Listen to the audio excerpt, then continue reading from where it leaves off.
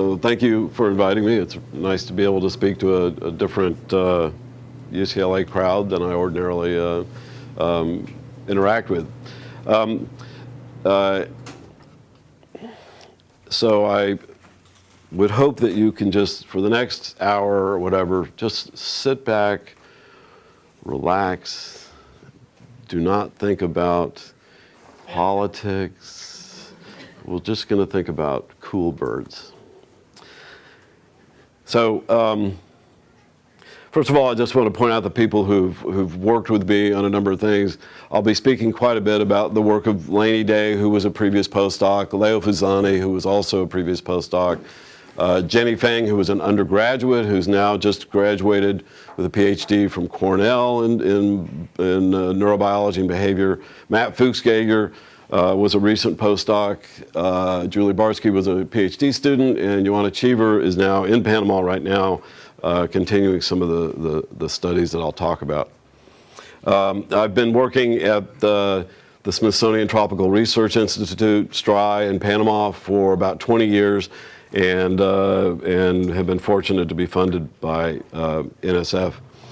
So I am fundamentally a physiologist, but my training all through my undergraduate time was I took every animal behavior course that could possibly be offered, and I avoided taking things like physiology and such like that. So the fact that I'm actually chair of a physiology department is shows that your path can be circuitous in life.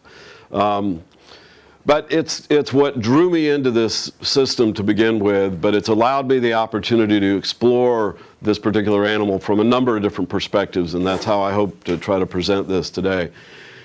By way of some background, when people have been interested in exploring how the brain controls neuromuscular systems, they tend to rely on systems that are very first of all, they typically use captive animals, and second of all, they use reduced kinds of systems. So, for example, we know a great deal about the muscles that control the penis of the rat and how it's used during copulations. We know from the brain all the way down through the spinal cord to the muscles. We know a great deal about that. We know a great deal about this in songbirds.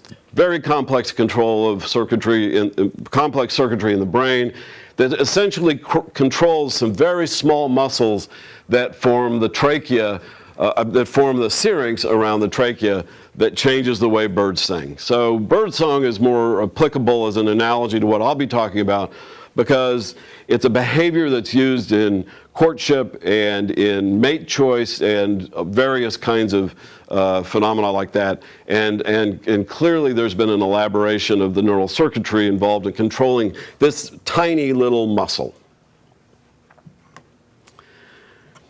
But when we think about issues of sexual selection, of course we go back to Darwin, who developed this whole perspective back in 1871.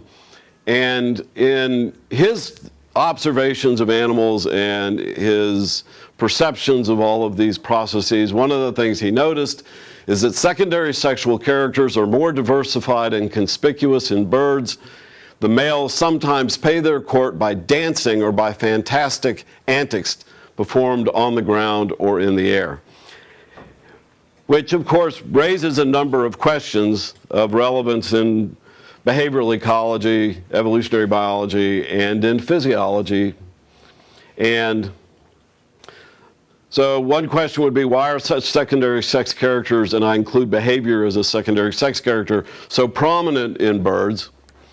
And secondly, are there endocrine, neuromuscular, and skeletal specializations for control of this kind of courtship dancing and antics that these animals show? So in the remainder of the talk today, I'll be giving you sort of a balanced look, or maybe not balanced, but hopefully balanced look at this on studies that I've done for the past 20 years on this bird called the golden-collared manakin, Manakins vitellinus of Panamanian forests. They breed in rainforest. They're quite happy living in secondary forests, so they're actually quite common, even not far from human habitation, which is, makes them relatively easy to study. And we've applied a diverse set of research approaches to try to piece together the entire biology of this bird and to allow us to interpret these sort of pieces of this in a better context. So some general basic natural history. There's about 50 Manakin species located all throughout the neotropics. They're all, most of them do something like what this bird does. Not all, but most do.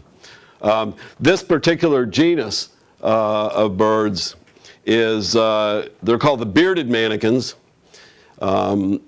And I was actually going to have the picture of Darwin, and under it I was going to say bearded man, and then so I could have bearded Manakins. So this genus is about 4 species or 5 species that are located all throughout South America and Central America. They're polygynous. The males gather together in leks. They can be anywhere from 2 to 15 males in a lek, maybe larger. Females do all the nesting and parental care, and they are attracted to or drawn to these leks of these males. They copulate with the males, and they disperse to build their nests and raise their young. Their diet is mostly frugivorous. They eat small berries. And there are a number of things that I'm not going to talk about today. I mean, we've done some studies that have looked at metabolism, have looked at heart rate. We've looked at a whole bunch of different things, and I can't talk about all of that. But all of these things show some very special properties to these birds. This is an adult male. This is a female at any age, or this could be a juvenile male. It takes them about 2 to 3 years before the young males acquire this adult male plumage. And there are ideas about that, and we can talk about it at a later time. We're going to focus a lot of this talk on the male's courtship display. It is a very noisy and a very visually stunning display. The male clears a little court in the forest floor around which are these small saplings. And again, it's underneath a canopy of a forest. The male then does these jumps from branch to branch very fast. And he, during the process of doing this, if a female likes him, she may join him in this dance, but he does many of these dances by himself. While he's doing these dances, and before they vocalize, they make these cheepoo calls that you'll hear quite a few of. But what's fantastic about the birds is they make these wing snaps. These are very powerful, loud snaps that are made when the bird throws his wings over his back. And I just had rotator cuff surgery this summer, and I think it's because I've been demonstrating Manakin wing snaps, so I can't do it anymore. But they do them as individual snaps, and they do them as these roll snaps that you'll see and hear that are like, they're kind of sounds. But it's, all of this is done with their wings, and you'll see some images of this in the next section. So what I'd like to do is, can I turn these down? Is this? Yeah, maybe I'll just leave that off. So what you're going to see here is some regular speed video of 3 males doing their displays. Then what you're going to see is slow motion video. There's a longer one which is was taken at about 250 frames per second, but then you're going to see a couple of shorter videos that were taken up to 1,000 frames per second.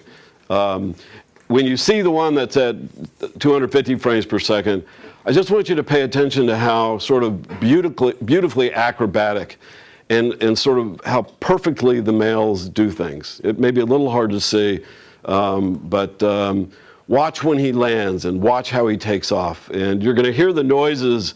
The auditory part of this has been slowed down as well, so it's going to sound funny, but you'll get it.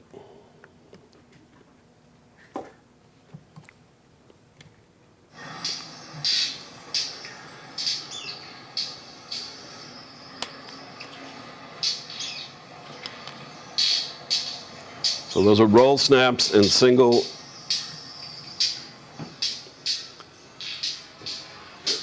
Each one of those individual snaps is him throwing his wings over his back. And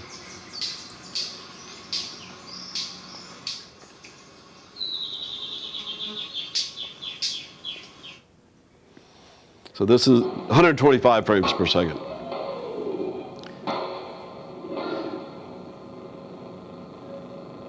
So there's a female up here. She flaps back and forth. The male jumps, doesn't fly.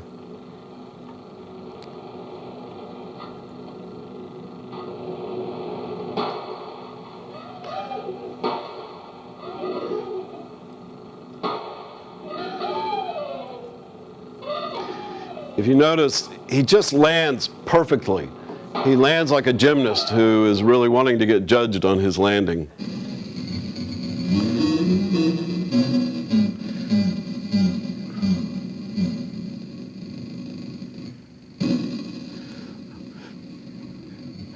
They do this before they fly up to a branch above a female and then slide down to copulate with her. So, okay. So from the standpoint of thinking about this as a matter of mate choice, one of the things in order for selection to occur, there has to be variability amongst the males. And one question we asked is there variability? So we used a lot of these high-speed videos of many different males. This was 10 males that we looked at so that we could measure different components of their display. And sure enough, there are significant differences in the display behavior of these adult males. And they can vary quite a bit. For example, if you look at the amount of time they spend on the perch before they take off again, here's a male that spent 500 milliseconds, half a second perch, whereas other males were up to almost a second and a half before they flew again. When they land, they quickly turn and they show this beard to the female, which is, they don't actually have a beard. They have these elongated feathers under their throat that they can erect out like the dewlap of a lizard. And you can see here that one of them was able to make that turn and show his dewlap in 41 milliseconds, but another took as long as 62 milliseconds. So there are these significant differences between males in how they behave. And how do these differences translate into fitness? Well, what we can measure is, when doing these high-speed videos, is how often does a female join a male, and then how often does she allow him to copulate? And again, we've had many hundreds of these high-speed videos of individual males, and the people who've done this, Leo Visani and Julie Barsky, took just many hours in the field of capturing these. I mean, again, you've got to set this is a little bit old time, but you set your camera up and you think, okay, this is the spot that he's going to do his display, and you set it up and you wait and he comes and he decides to do his display, a foot higher, and you miss it. So there's a lot more time has gone into this. But what we have found is indeed that the males, one of the strongest ones that stood out was the males that are faster get more copulations. This is showing it in relation to the time it takes to get the beard up. We slightly differed in the way that we analyzed it, but you can see here that males that take 145 milliseconds get very few, i.e. 0 copulations, but those that are doing it in less 120, 100 milliseconds are gaining copulations. The distinctions that we see when we've analyzed this is that it appears that the female can, in part, if she's seeing this, which we think she is, can discriminate differences in male behavior by 20 milliseconds. We can't do that. But it's not just the speed, it's other aspects of this as well, because it seems like all the features of the male's display seem to be are correlated. So those that are faster tend to do more things.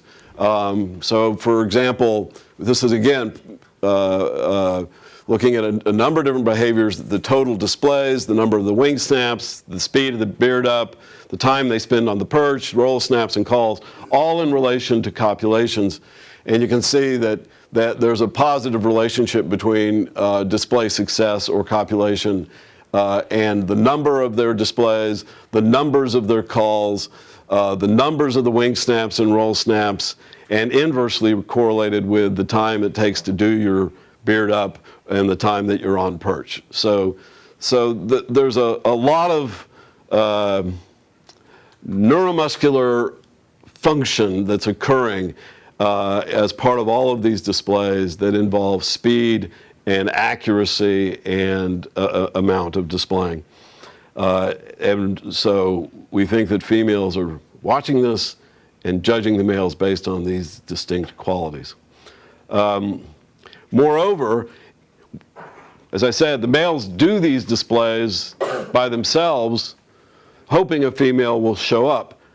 When a female shows up, his display gets faster, so significantly faster. So that's again some reason to believe that speed is an important feature of this display, and males are aware of it.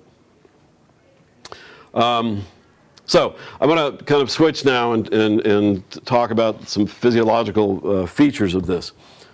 So I'm going to spend quite a bit of time talking about the role of hormones, the role of testosterone, the role of androgen receptors in the control of the behavior. So as you might expect, testosterone is involved in activating this courtship behavior. One interesting feature of the behavior is that these males show up on their leks in about mid-January where we work. They reclaim the same court that they were at. Males have been recorded coming back to the exact same courts for up to 10 years. I mean, you know, this could be the male's court, and they can build a road right here, and the male will come back to his court and display. They're very site faithful.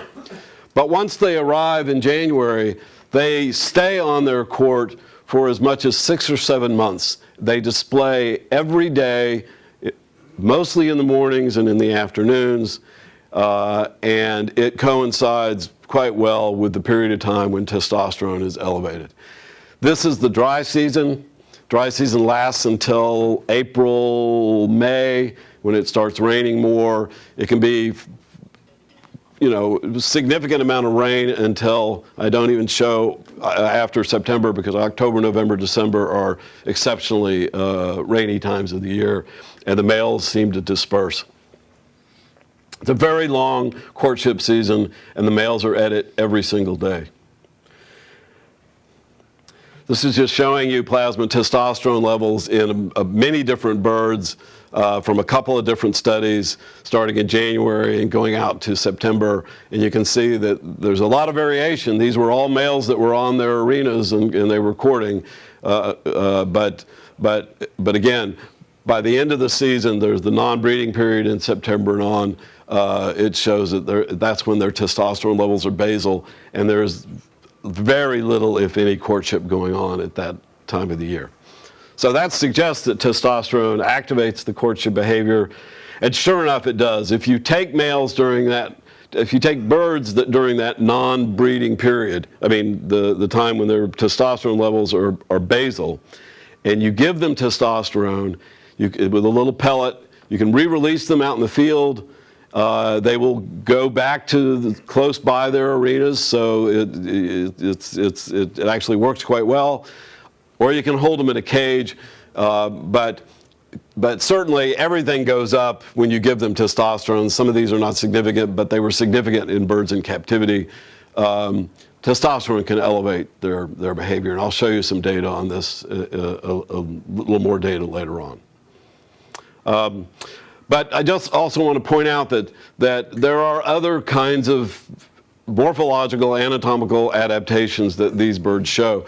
These birds were actually first studied by Frank Chapman, the famous ornithologist. He started the Christmas bird count, but he did his work back in Panama, and in 1935 he described these birds he was very impressed that how, to use a modern term, how buff they were.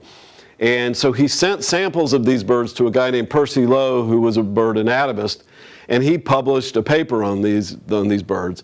And he talked about some of their unique phenotypic characters, including some muscle hypertrophy. He described their gluteals as looking like as smooth and as round as a baby's buttocks. But what was most intriguing about these birds is that birds typically have very little musculature on their backs. And these birds have this enlarged muscle that was quite conspicuous on their backs. And just let me explain that, the importance of that in a little more detail by describing a little bit about bird flight. So again, it's a little hard for me to do, but when a bird flies, the flight muscles are all in the ventral surface of the body. So the pectoralis, like what we have that pulls our arms down, is on our ventral surface of our chest. But so is in birds the muscle that pulls the wing up. There's a pulley system that attaches on the upper part of the humerus. So when that muscle contracts, it pulls the wing up. They can fly because their weight is underneath their center of gravity. If the center of gravity was shifted to the top of their backs, they couldn't fly. So this would seem to carry a cost to be so extremely different than what other birds have. I'm going to get back to talking more about these muscles in a second. We can study how androgen dependent this motor circuitry is by looking for the expression or presence of androgen receptors. I don't want to spend a lot of time on this. I just want you to be aware that these are motor neurons in the spinal cord, and these are sensory neurons in the dorsal root ganglia of the spinal cord. They are both androgen sensitive, so we backfilled these neurons, sensory and motor neurons, by injecting into these flight muscles, including this one on the back of the bird. And so we know that the neurons that control their contraction and the sensory neurons that control how the bird perceives them in space and time are all sensitive to androgens. There's also androgen receptor expression a lot in the brain, and I just, trust me, I don't want to go into the details about the brain. But our data seems to indicate that muscle androgen receptors may be most important. And here's a couple of different studies I want to show you. One of which is there's a drug that you can buy. It's called bicalutamide or Casodex. And it's an androgen receptor blocker that doesn't cross the blood-brain barrier. So if you inject it peripherally, it'll affect all of the periphery, but it won't affect the central nervous system. And we tested this in the bird, and it works in the bird in the same way that it works in humans. If you treat these birds with a blocker of the androgen receptor in the periphery, it completely blunts their ability to perform their courtship behaviors. So this is the control birds who got a pellet that was a blank pellet. They can show wing snaps, but in the presence of Casodex, they show very few, and it happens very quickly. The number of jump snaps is significantly decreased. The number of their roll snaps significantly decreases. Their vocalizations didn't significantly decrease. But this was a bit of a surprise to us because most neurobiologists look at things and they say, it's the brain. Brain controls everything. It's a top-down view of the way behavior occurs. And we have a different way of looking at this now. I want to show you one other example of this, and this is with this bird, with the roll snaps that they do. So I'm going to play a little video. This is a high-speed video. The entire video that you're going to see here in real time was 300 milliseconds. And this is a male doing a roll snap.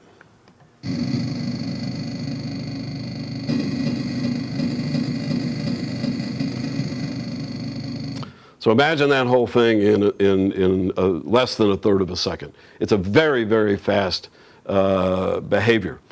And we can show it here in a couple of different ways. So this is 12 wing snaps in this is about a quarter of a second here. Each one of these is the snap, and there's an inner snap interval. And we can look at that in a different way, which is to plot out just this interval. So it's about a 20 millisecond interval between the time when the wings strike each other. And these birds can do this in repetition.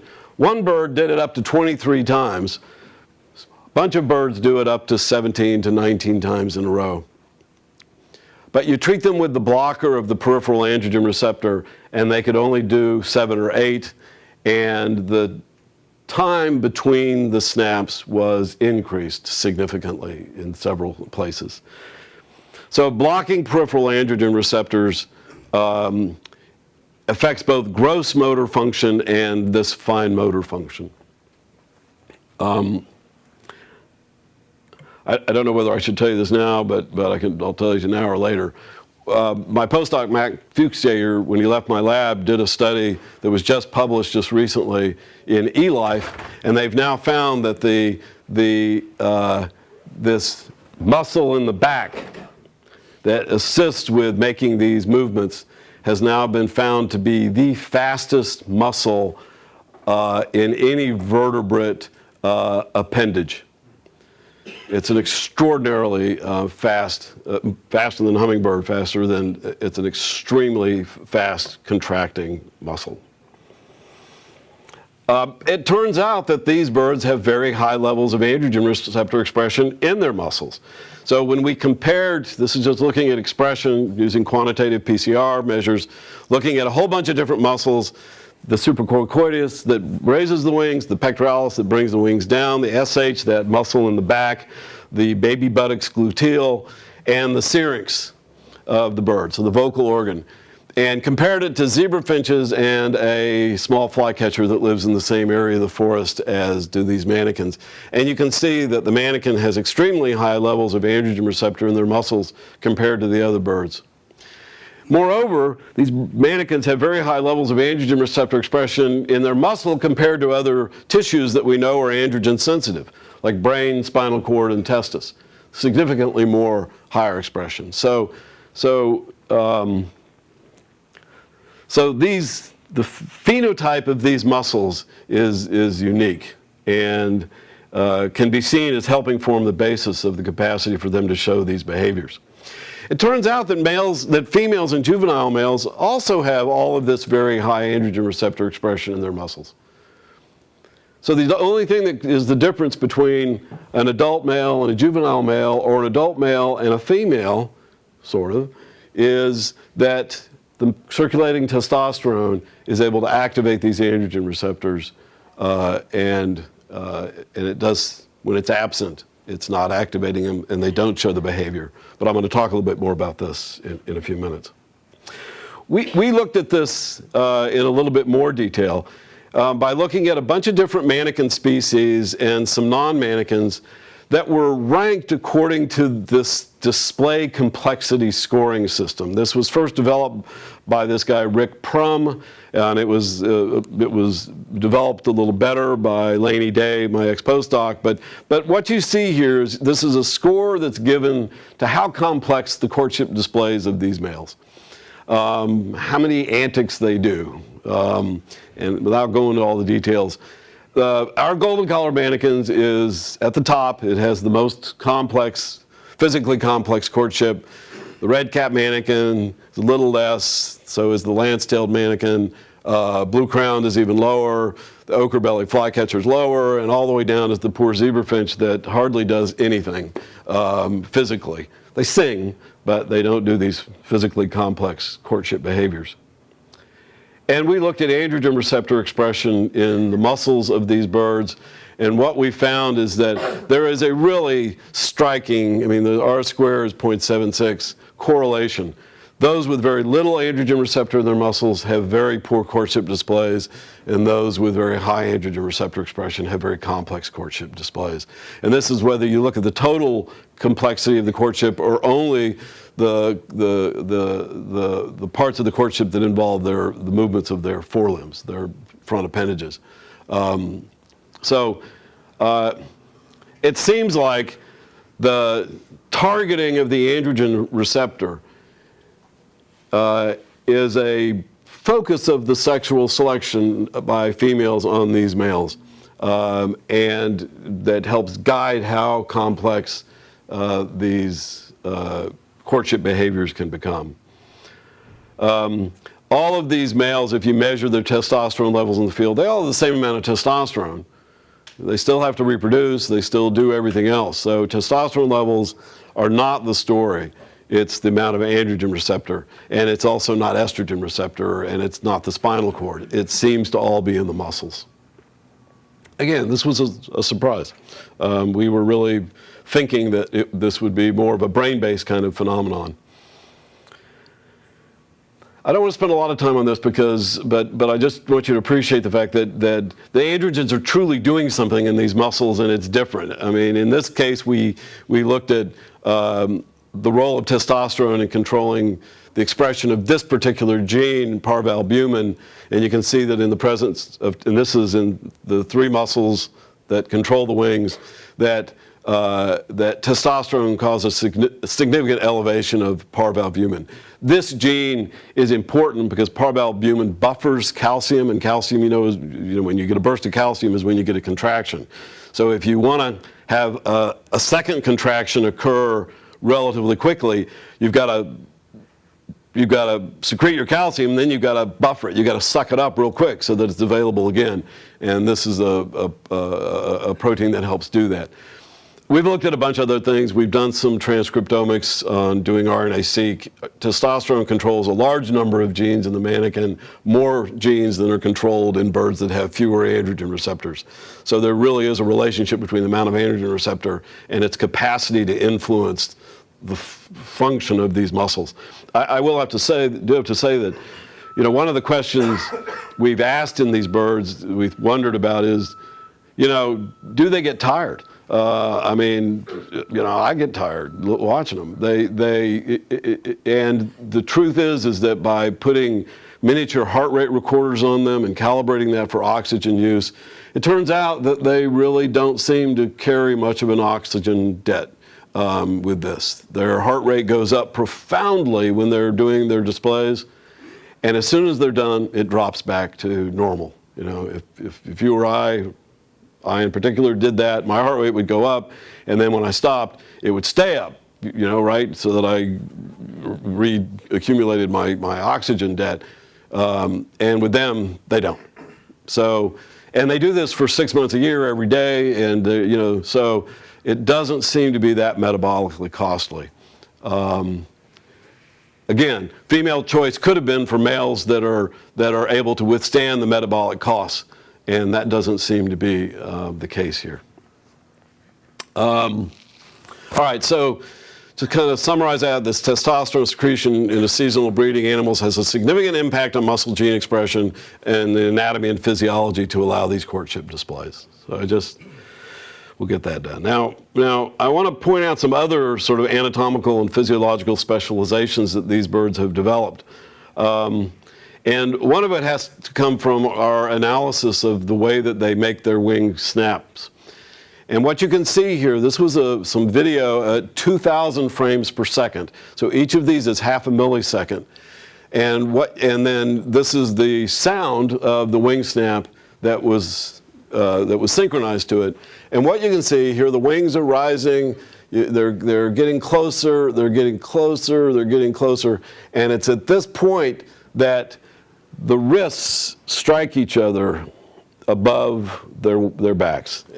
And there have been all sorts of ideas about how they make the wing snap. Is it like a whip crack, or the outer wing feathers, breaking the speed of sound and making the crack, or are the wings fully coming together to do something like when you snap your fingers, you're expelling air out, and that's what's making the sound. But it's these bones that are hitting each other, and we've modeled this to show that, in fact, the sound comes from the bones of the wing that are striking each other and making a sound. It's like taking 2 sticks or taking 2 things and hitting them together. It's like a percussion instrument. But it's their own bones, which is remarkable to me. You heard how loud it was, and it turns out their bones are specialized.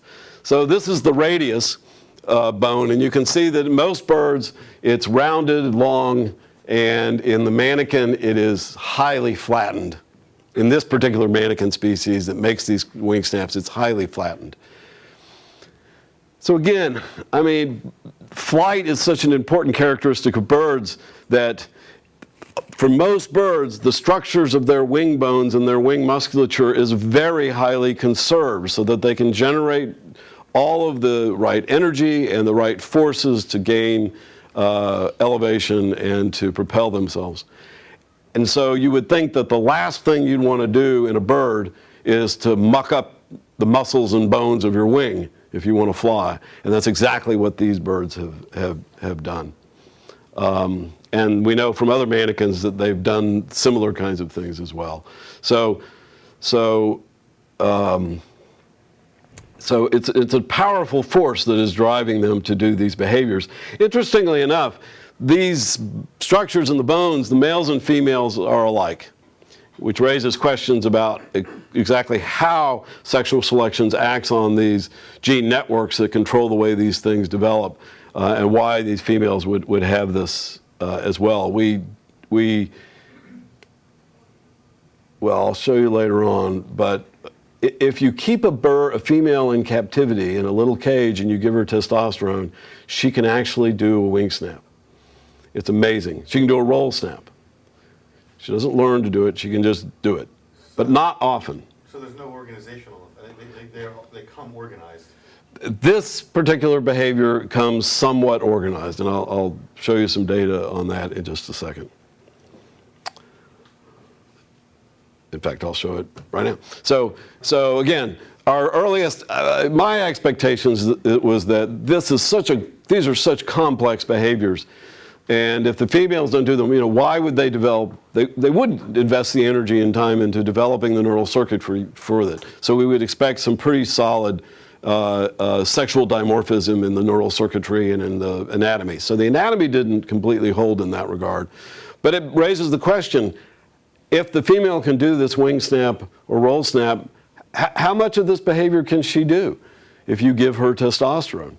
And so the problem is it's difficult to study. We've done this where we've given females testosterone pellets and we've released them into the field and they fly off and never to be seen again. They're not tied to one of these arenas, so they're gone. I mean, we've tried putting little miniature microphones on females because we thought we can figure out which male they like by listening to the male that she spends time at. And what we could do when we heard the microphone is we could hear how far away she flew and disappeared, because we could hear from her microphone, stuff in the distance. Anyway, so we couldn't do it normally, but we were lucky enough to have acquired this large aviary that's in the middle of the forest in Panama. It was built for holding macaws, and they were going to have a release program, but they never used it. We obtained it. This is what it looked like when we got it. We brought dirt in. We planted plants in the right format, in the right distances and such, where we thought the manakins might use them to display. And sure enough, all the plants grew, and we found that we could put manakins in it, and within a day, they would adapt to it and start using it.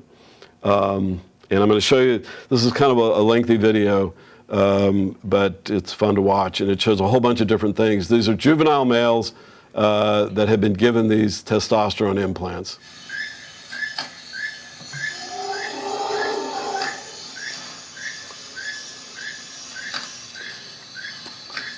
So the male, again, jumps.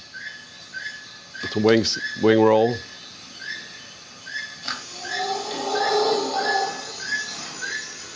It's in the forest, and there are howler monkeys around.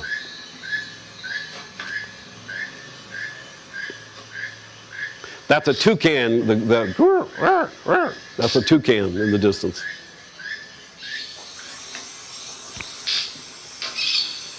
There are 3 males in this aviary. When he goes to the ground, he's doing that half flip thing that I showed you.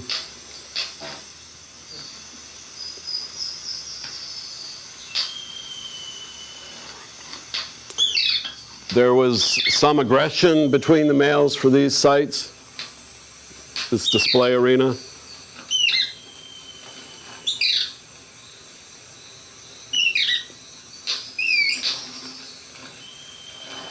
That's a fight. Another fight.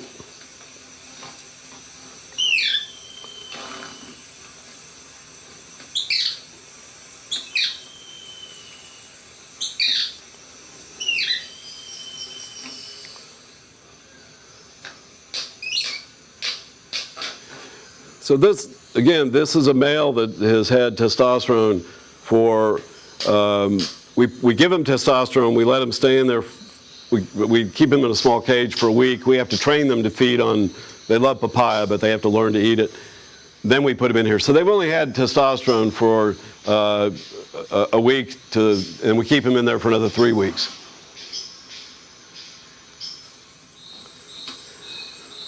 They don't like a dirty arena.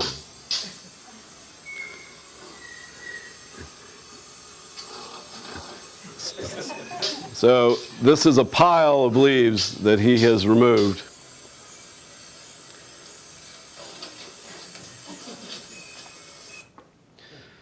So, so what is our data from this show?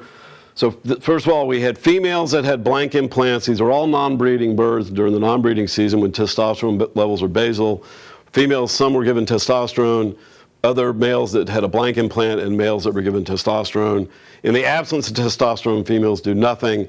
But there was a little bit of the performance of roll snaps when given testosterone. Males without testosterone still did some, but they do a lot with testosterone. These jump snap displays, females did none without testosterone. One was up high in a tree and did a couple of jumps, but that was it. And males without or with testosterone do a lot of these displays. By contrast, females without testosterone are completely passive and unaggressive. You give them testosterone, they became extremely aggressive. Some of them more so than males. Again, testosterone elevates aggression. So to get back to what Dan was pointing out about organizational effects, it looks like some of the behaviors are really, they're unable to be activated by testosterone in females, or if they're activated to just a slight degree. So there's something different about the underlying neural circuitry between males and females. It may be that they're just not androgen sensitive, or it may be that they don't exist at all, or they exist in a less robust state. Oh, and this is just these, sorry, going backwards. So the last thing I want to talk about is this whole thing about these leaf removal experiments, because again, it's quite remarkable. These birds are in a rainforest. There's trees, some of the rainforest trees, if you've been there, they have big leaves, and there's just dropping stuff all the time. And yet you can go back many, many, many years in a row, and you will see an empty, perfectly clean little spot in the middle of the forest that a male has kept clean, and it's remarkable. How do they keep this space clean? And they're motivated to do it, and they have to figure out how to do it. And we wanted to test that.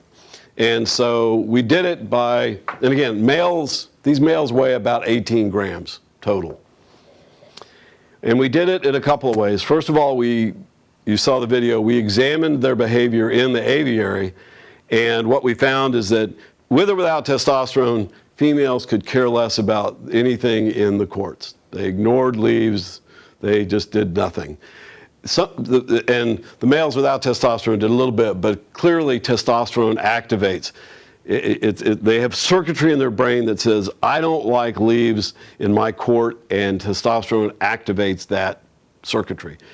But it's not just that. They pluck little seedlings from the area as well. So they do all of this gardening, and it's all controlled. It's a testosterone-dependent behavior. The next thing we did was we took artificial leaves in wild birds. Here's an artificial leaf, and that weighed 1 gram, and we put weights on the bottom of them to see how strong the bird is, how big of a leaf or heavy of a leaf could it move. And I'll just tell you the results of that, but I'll show you a video, and it's kind of a funny video, so and it takes a little while. But bottom line is that a male can easily, I say easily, a male can fly off with a leaf that weighs his body weight, an 18-gram leaf. And he does so by picking it up in his beak and flying off with it. Now, just think about other birds that you know that carry things. How do birds typically carry things? They carry it in their talons. And so an eagle can pick up, a harpy eagle can pick up a sloth, big heavy sloth. Still weighs less than half of what the harpy eagle weighs. And when they pick it up, they carry it under their center of gravity, just like where their flight muscles are, so they can still fly. Ospreys and eagles that carry fish, they do so underneath their body. And they align the fish forward so that they get the aerodynamic efficiency of it. They don't pick it up in their beaks and fly with it. In fact, birds lost all their teeth because they didn't want to have heavy weight out here. They have a gizzard, right, under their center of gravity that grinds up their food. These birds pick it up in their beaks. The heaviest leaf that a bird picked up and moved was 36 grams. He didn't move it very far. He took it 3 times for him to move it, but he picked it up and moved it. No bird picked up a 50-gram leaf. And I just want to show you this video because it's fun. What you'll see here is, and it takes a little while, but I know it's getting late, but so this is a bird that has this leaf, and you're going to watch him because he gets distracted by something, and you'll see what it is, and you'll see how he kind of deals with that whole situation.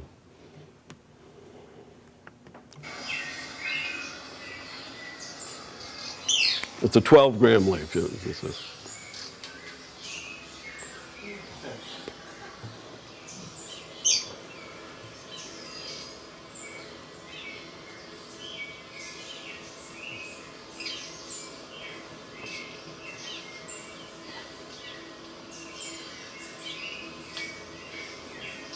He's clearly interested in the leaf.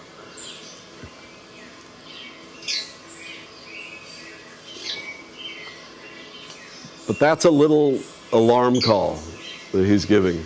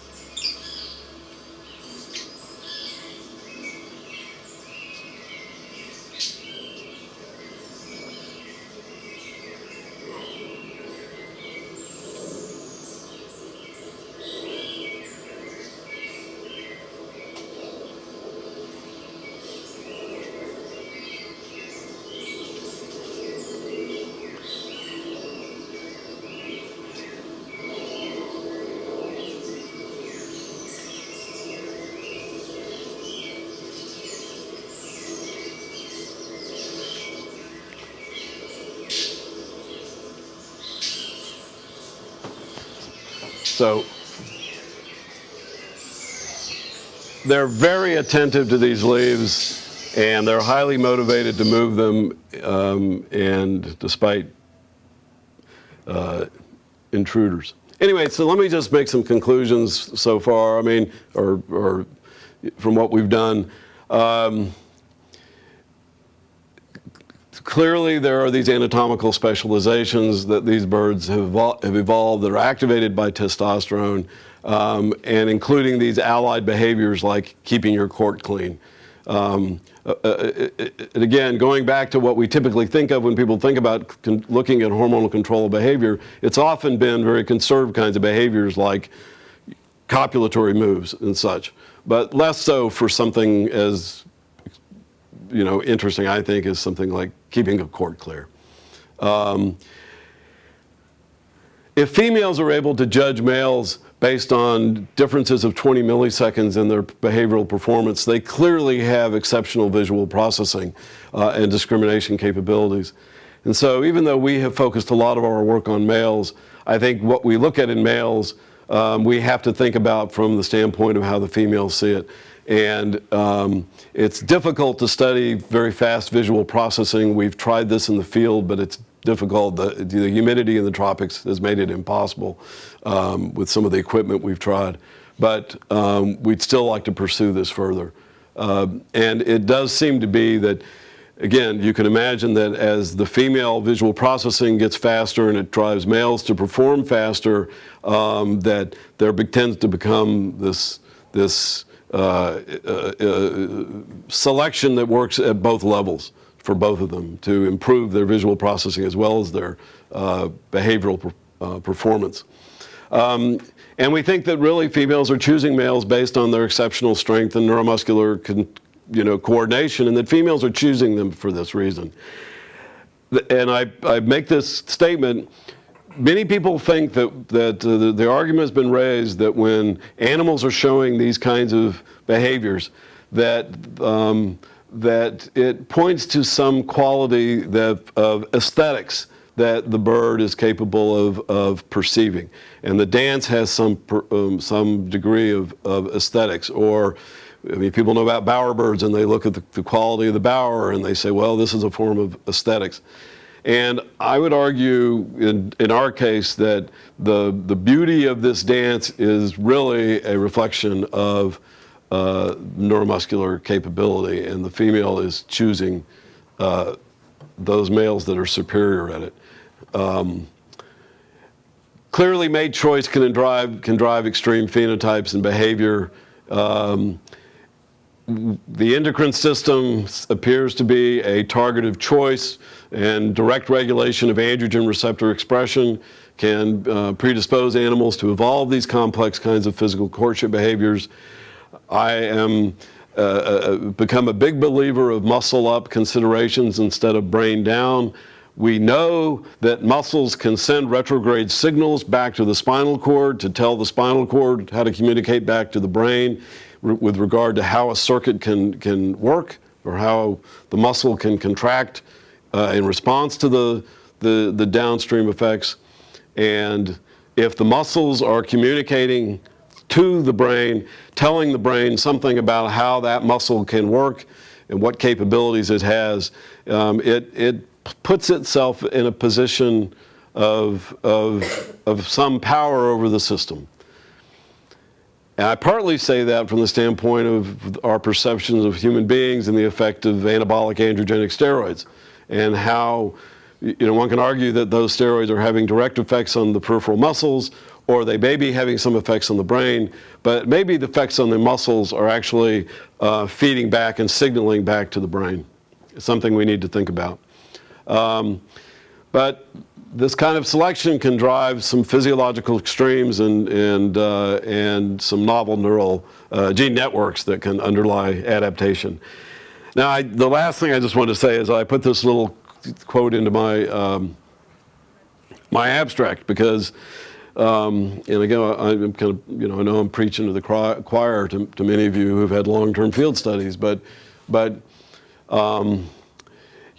went in with a singular focus on thinking we'd find something cool in the brain that was going to control this complex behavior of this bird 22 years ago. And we didn't find that. But what we found was a whole suite of all sorts of other things. And the more we look at the bird, the more kinds of questions and such that we have. And we haven't even begun I've only given a small part of the kinds of work that we do, but one can think about all sorts of things that are related to learning. Do young males learn features of their courtship? Do females learn quality males versus non-quality males? There's just I could go on and on and on. But again, the whole gestalt of this particular organism involves so many different things other than just one little behavioral piece that you could focus on. And it's illuminated a lot of thinking for me, and I just have been extremely lucky to have been able to spend a lot of my years studying it. And I hope you get a chance to do the same kind of thing. So.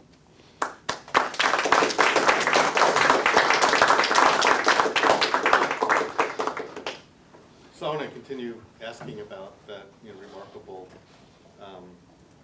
organized female, basically, phenotype. Are there any other hints in other systems that happens? Are there any costs of producing? How does it become defeminized? How do males become defeminized? Are both sexes have a sufficient pulse of testosterone early on that sets them up? So in birds do things differently. Muscles. Well, the muscles, I can answer more generally. Okay. I mean, in the general sense, birds are different than mammals in that ovarian estrogens are responsible for acting on the brain to feminize and demasculinize, and which is the opposite of us, except for the fact that in songbirds that have this very complex neural circuitry that controls singing behavior, it seems to be organized quite differently, and it seems to develop in part due to direct sex chromosomal dependent regulation of gene expression in the brain, and as well as some hormonal component. Because again, it's a fabulous system to study, because in some cases females never sing, males sing. The circuit is highly sexually dimorphic. There are other species where males and females both sing, and the circuitry is the same. And so, again, in our case, it appears that there are some behaviors that are strictly sexually dimorphic, and the circuitry in some way is fairly rigidly dimorphic, and the wing snapping and the wings and the wing rolls is not so much so. Yep. So it's amazing the different level of detail and different facets of the phenomena that you documented. But I want to run by you, maybe moving up to a different level of explanation and see whether it makes sense. So both the anatomical adaptations and the behavioral ones clearly really costly. Right? You described that in some detail with regard to the cost of flight and so on. So that leads to the question, well, okay, the females prefer this, why are they preferring that? Off the cuff, it seems that two likely explanations are a kind of sexy sons pattern. They're just looking for the genes for sons that other females will find similarly attractive. And the other is that it's a handicap, that the costs are at the signal. Does it make sense to favor the latter over the former, given that possibly with regard to the presence of the androgen receptors in muscle in the females, and certainly with regard to the skeletal features that the females share with the males, the females are getting the costs of the adaptation in the males. So if the only payoff was in the quality of their sons, then during the female's own lifetime, she's paying the costs, as it were, or rather in her daughter's own lifetime, not in hers. The mother is paying the costs through her daughter of the adaptation, but only receiving the benefits through the son. But if it's a quality issue, if it's a handicap, right, then the mother's daughters are benefiting from the improved quality as well as paying the costs of acquiring the adaptation. So it looks to me, based on that, like the handicap explanation is more plausible than the sexy sons explanation. So let me pose it back in a different way. So let's say one of the greatest benefits that a little mannequin has is that it's really fast, and there's no forest falcon on Earth or no snake strike on Earth that is going to get one. And the reason is because speed was selected for, and the speed of vision and the speed of the muscle movement. And so what we see as a cost isn't in fact a cost in the context of the fact that those males who are doing this and the females that are seeing it aren't being preyed upon to the extent that somebody else is. Yeah, I mean, that makes a lot of sense, but if that were driving it, then if I'm a female and I have, physiological foresight, right, and I have my choice between two males that are equally fast, and one has wing bones that make a loud snap, but come with the cost of compromising flight, and the other one is just as fast. It can do all the flips and jumps and all the rest of it, but it doesn't have those wing bones. Yeah. Then I like, a guy number two, not guy number one. Yeah. Right? I think what I'm trying to, my answer to you is I have a lot of trouble with the handicap hypothesis. I have a lot of trouble with it from a number of reasons. Is that people have often assumed that handicaps are handicaps when you later find out that it's not a handicap. Sure. I mean, I can give you an example, but so I like to step back, and I like to stay, instead of saying what this handicap is we step back and we say, well, wait a minute, what's the benefit to the organism, and does that benefit outweigh whatever we think that handicap might be? Now, why is a snapping of a wing a benefit? I can't answer the question. I mean, it may very well be that these birds, the fruiting trees that they feed on, are never more than 100 meters away from the lek or from their nest, and it's like, they can muck with their wing bones because it doesn't matter. It's not a handicap because they're only flying 100 meters, and they're so fast that nobody's going to catch them. So I'm not. So that's my answer. Okay. Yep. So thank you very much. This is really exciting. So I wanted to I have a couple of things that I'm trying to weave into a question/proposal. And I wanted to start with one of the things that you said in your conclusion slide about the hypothesis that females have exceptional visual processing and discrimination abilities. And I was wondering, just thinking about with the snaps and everything else, how do you know that they aren't primarily using auditory processing, given that the wing rolls and the snaps and all that stuff seems to go together on an individual level? Can I just ask? So the reason that I was kind of thinking about that, because I think you said that all those things track together in the males. So the reason I was thinking about that was I was really wondering about the why question with this, keeping a clean arena. And I was wondering whether it was primarily as an amplifier for the sound, or if it was primarily as a kind of visual, clean, whatever, so that you could the visual patterns would pop out. And I was wondering whether you had done or had thought about doing any kind of experimental thing where you could have things that are equally clean but muffle the sound or not, versus things that are, don't have leaves but have visual pattern disruption. Yeah, so I can answer those in a couple different ways. Awesome. First of all, let me answer the last one first. So we didn't do this, but there was another group that studied manakins. They were actually they studied another group of manakins, and what was clear to them was that the visual features of what the male is showing was really important to the female. So they did this by altering the color spectra of the feathers and such. So the visual parts of this, the visual parts are really important, and the cleaning of the court, we think, is because of that. So we think it's visual. The question about the other, I completely agree with you. We're, to some degree, we're taking a little bit of a leap because with the speed being something that is most important. The sounds that the bird makes, like the roll snaps. Well, we know how many roll snaps a bird makes because he was doing it on film before the female came. And the female may not have been watching him, so she may not have a clue about his roll snaps. It just happens to correlate with what happened when she was there. she obviously is there dancing with him and hearing his wing snaps and hearing that, which is certainly something she could be judging.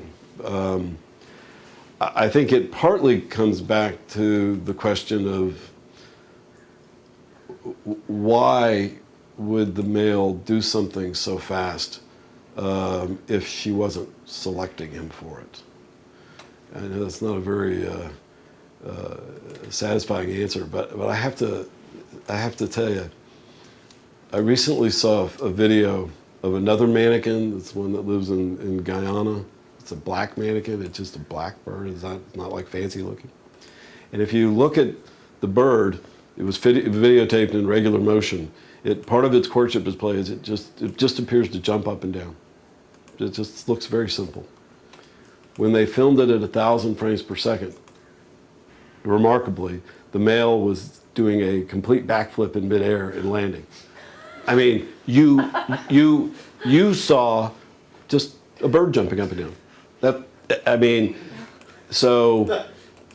was just unbelievable. It did a complete backflip, and so they're seeing stuff that we're not seeing at all, and so I just think that speed is important. Yep. I may have missed it, but I was wondering if you could talk more about the vocalizations during the courtship display.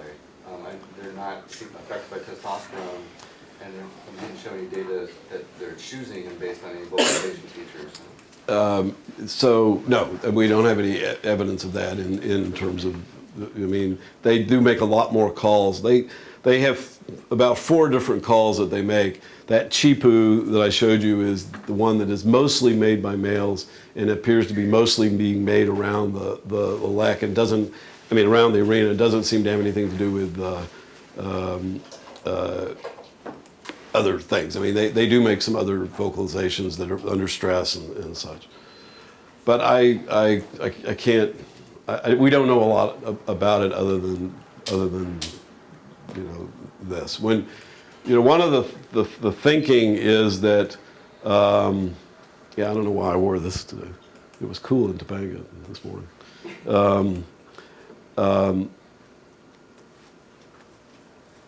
When you're you can be several hundred meters away from a group of males who are on their lek, and you hear the lek. You hear all the wing snapping and roll snapping, and you hear all the vocalizations. And so the idea is that all of that broadcasting of sound is what's initially attracting the females. And so I just think it's part of that overall. Yeah, so after that, then maybe the vocalization is not as important. Yeah, and I don't know. Yep. Question about the trees actually around them. So if they clear these leaves for 9 months a year, that must change the composition of the soil under these trees. Are the trees that they're jumping between different? Do they look differently than others? It's a really good question. One of the things that, I can't answer, I don't know the answer to that, but I know that one thing that people think about is seed dispersal, and because if you're coming back to your arena and that's where you're defecating and depositing the seeds of the plants that you're eating, you're maintaining in the forest area around the lek a plentiful food supply, and so that's one of the things that people think. But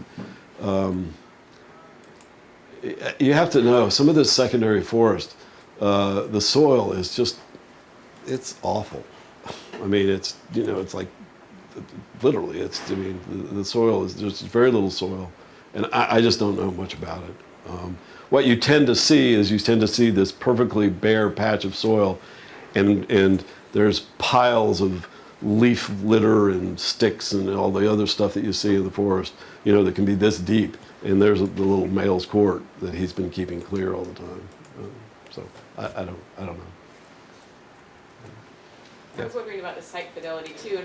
There must be cases when a tree falls or something really catastrophic happens to that arena. What does it take to make them move? We had a really beautiful lek that had like 15 males. It was spectacular, And one day, the Panamanian police force decided to have a camping trip, and they camped in the middle of the lek, and the lek disappeared. And those birds that we had banded and such appeared in leks that were, you know, a kilometer away. Did they split up? Yes, yeah. I mean, many of them we never saw again, but a few we did find. So, what are manakins closely related to, and do females sing in their relatives? Well, the passeriform birds are divided into these two clades, the suboscines and the oscines. The oscines are all the songbirds that learn song, have complex circuitry. The suboscines apparently don't have that. So manakins are suboscines. They're related to cotingids. That's their closest, allied group, and to the tyrant flycatchers. They're actually many of the manakins look just like little flycatchers. And so none of them sing. There are calls. They make calls, but they don't do the singing of the Ossean songbird.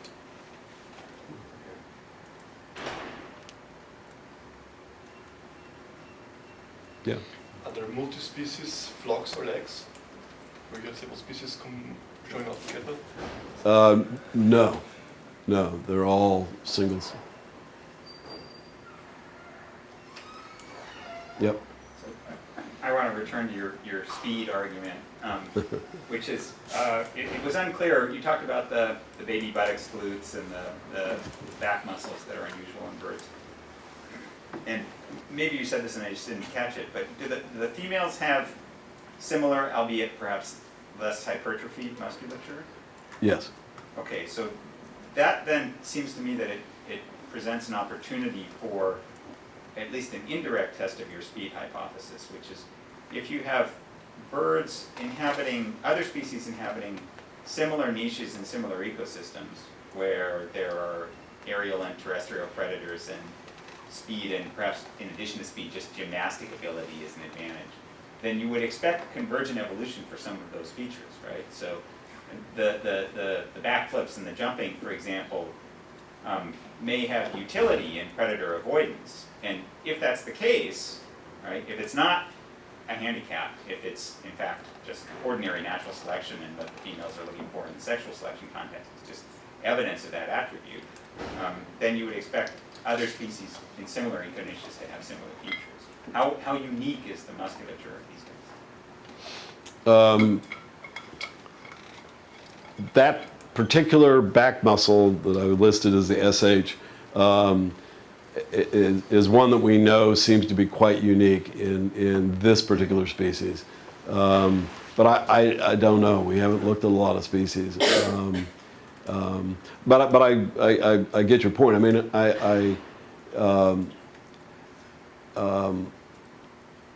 one of the things about the manakins being neotropical is that there's many things about them that are remarkably similar ecologically to the birds of paradise in New Guinea and in surrounding areas.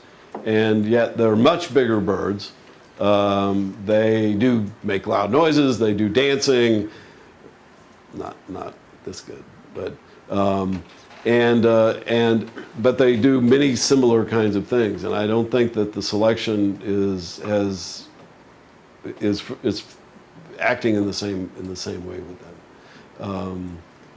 But I'm, I do have to say, I mean, one of the nice things about coming to a group like this and talking is, now that I'm, I guess, a card-carrying physiologist, my thinking in evolutionary biology is not what it used to be, and some of my, I'm really glad Patty Gawadi's not here, because I know I'd be being eviscerated at this very moment. But she's not here. I think some of my thinking about sexual selection theory, mate choice, and all is a little antiquated, frankly. You're nodding your head, yeah, you agree. So I'm listening, thinking about it.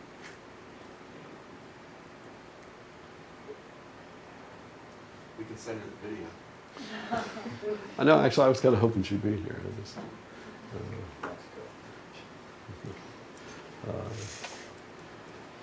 any other, I mean, I'm happy to Well, talk about whatever. on the sexual selection question, how surprised were you that the females have similar muscle anatomy to the males? And is there any kind of recognizable cost in females for having that? Again, I don't know. I don't have any data on that. I think one of the questions about it is, I mean, do they evolve the anatomy of the radius, and did they evolve the somewhat enlarged hypertrophied muscle? Was this just all part of the selection that was focused on the male, but the genes were located on chromosomes that had to be carried by the female as well?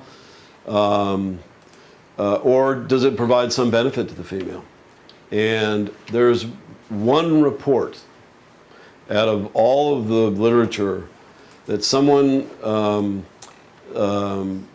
happened to scare a female off her nest, and the bird, or scared a green bird from near a nest, and the bird made a wing snap. So could the wing snap actually have evolved first as a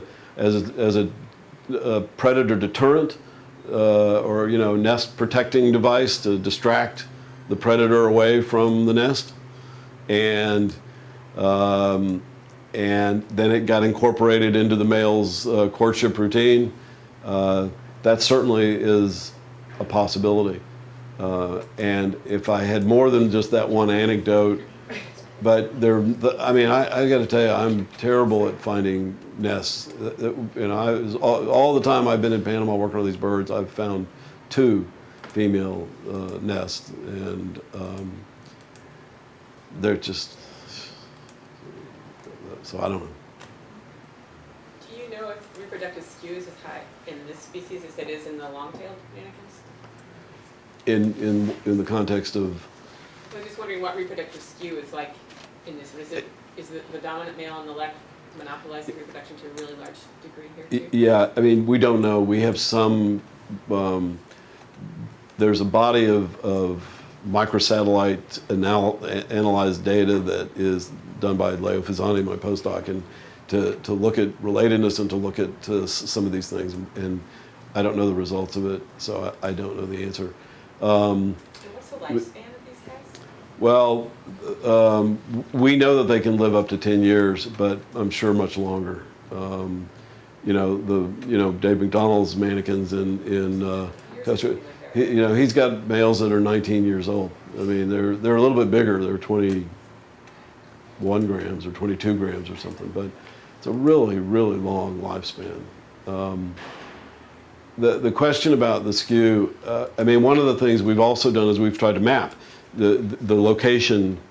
If this is a lek, and there's which one of those males is the fastest, or which one of the males is, and it's not like the one that's in the center happens to be that particular one. That may prove to be wrong, but my sense of things is that males, either this was a long-standing lek that has been replaced by different males, and the different males that are replacing it are of different skill sets, and they happen to acquire whichever court they get, or the whole court was established, and the males just differed according to their performance capabilities, and so where they were in relation to one another wasn't really important. So I was interested in the differences between when they're doing the displays solitarily and then when the females are observing them. And I think I remembered that you said all of the total number of elements goes up, right? They're doing more, or maybe, I don't remember if it was the speed or the number. The speed. Okay, so the speed goes up when the females are watching. I was wondering about the sort of structure of the displays, and particularly thinking about learning. basically when there aren't females there, do they practice things, or do juvenile males, say, practice the flip several times? And do you see any differences in kind of the overall structure, the number of repeated elements, or any evidence of things like that? So let me, you asked a couple of things. That was it. So I don't know about that change in like repeated elements, and so I don't have any data on that. But what I can tell you is that the green males, in their first 2 years of life, it used to be thought that there was the sneaky, what, am I allowed to use it? What did you call them? The sneaky males, you know, that would look like females, and that they would get copulations, and that was the idea. We don't think that's the case. What we think may actually be going on, and we see this in the if this was a court of a group of adult males, oftentimes 30 or 40 meters away, you'll hear this very soft snapping. And you go over there, and there's a green male, and he's found a little spot, and he's doing a very slow little dance with soft wing snaps. And we haven't seen this a lot, but we've seen it a few times, that those males will then fly in to the lek, and they will interact with the males. And of course, the males get all excited because they see a green bird, they think it's a female, they all go to their courts. And what we think is going on is that some of these green birds are pretending to be females so they can dance with the male and learn his dance. And they might even allow the male to copulate with him. What do they care? And then they go back and they practice. Wow. So when I showed you the video early on that there was the slow motion one with the green bird, it was, the green birds fly, they don't jump across, and we don't know whether that's strictly a male-female difference or they have to learn to jump across, but that could have been a green male, and we don't know.